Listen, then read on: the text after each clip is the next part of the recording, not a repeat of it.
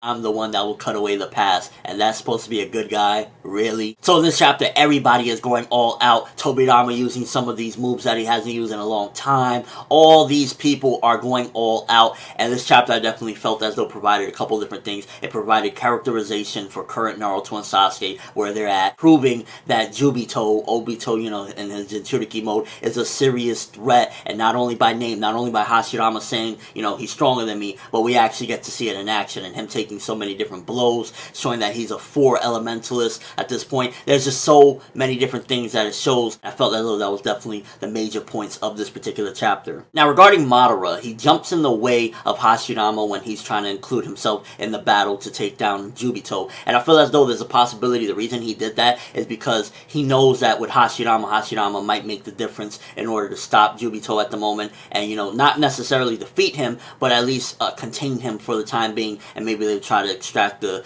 Juubi from him or something like that. And I think the reason why Madara jumped in is because he knows Hashirama is a threat when it comes to that, and maybe this is a part of his trump card. Maybe he wants not necessarily for Obito to be defeated, but just to be slowed down so that he can maybe steal the Juubi from him or something along those lines. But I do feel as though every action that Madara has taken in this war, including this chapter, is very slow paced, because as he jumps on the way, that's pretty much all he does. Last chapter he stands up, this chapter he jumps in front of Hashirama. Is like, can we get a little bit more with Madara other than him moving his arms and legs every once in a while? Please and thank you. Now, regarding Naruto and Sasuke in this chapter, I feel as though Naruto exhibits once again that he thinks a lot of times with his emotions, and a lot of times it not necessarily is needed. For example, he's, considering like he doesn't want the Hokages to be hurt, but they're Edo Tenseis, and if you look at it, Tobirama is even half cut and fighting, so he really didn't need to think about that, and this is where it kind of shows that Sasuke is superior in that aspect, because while Sasuke necessarily doesn't have the emotions, which sometimes are needed, because you got to think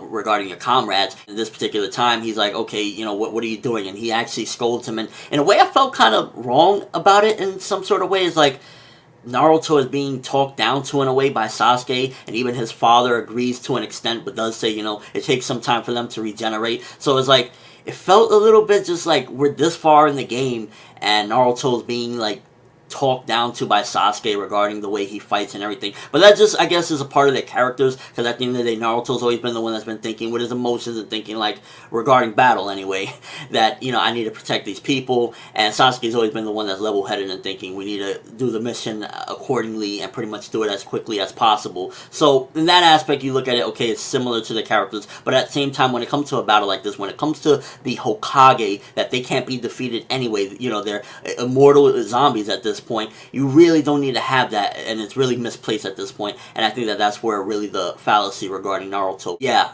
think about the other people, think about the people that are not immortal, but don't think about the Hokage right now when they're just trying to get a grasp of how strong Obito truly is. And I thought it was pretty freaking crazy how after Sasuke jumps in the way, he kind of reclaims that he's not doing this like, yo, you're my friend and I'm gonna protect you. He's doing this because he wants to defeat Naruto, so it's like, once again, just another proven fact that he is not really the good guy. He's not really here to be a shining armor of justice. This is basically him trying to help out to get rid of this threat so that he could probably become the threat regarding whatever he wants to do, whether it be a Hokage similar to Danzo, whatever he wants to do. The only thing that he is here, the only reason he's here at the moment helping out is because he wants to basically do what he wants to do and not have this threat in the way with Jubito and Madara. That line, though, definitely kind of reminded me of like Vegeta from Dragon Ball Z. I'm gonna be the one that defeats Kakarot.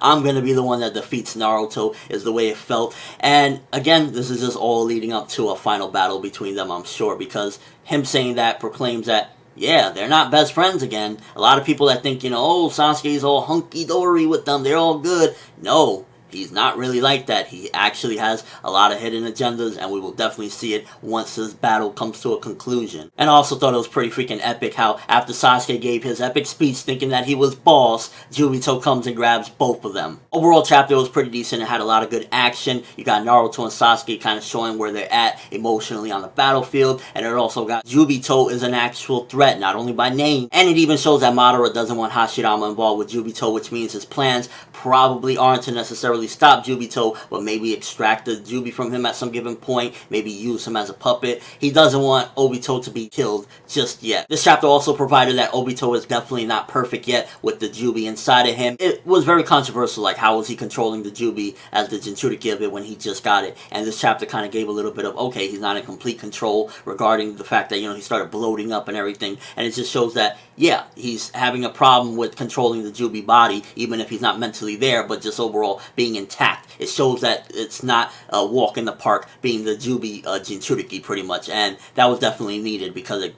gives more realism to the situation of trying to control the Juubi as a Jinchuriki. I give this one a 7 out of 10. It was a decent chapter, a good chapter, but I really wish Madara would stop moving in slow motion whenever he does anything. It's like he moves 2 steps and then end of Madara's panel, let's go back to something else. Like, I want to see Madara really show his true intentions finally, and what is he up to. What do you guys think? First of all, do you think that Sasuke was showing his true intentions when he said the one that will cut away the past is me? Did he mean that pretty much the one that's going to kill Naruto is me, or was he trying to say it metaphorically? Was he saying something else entirely? What do you think about that? And also, what did you think about Sasuke kind of talking down to Naruto and kind of Naruto looking a little bit too emotional on the battlefield right now? Do you think that that was a foul, a plus? I mean, at the end of the day, it's still good that Naruto is thinking about his comrades in battle while Sasuke is just thinking about the mission at hand. So it kind of always goes back to that Obito and Kakashi ninja that abandons the mission and all that stuff. So it really always goes back to that. But what is your whole take on that? That's all I have for this review. Thanks for watching. Hope you enjoyed. Thumbs up if you can't wait to see what's going to go down with Jubito, because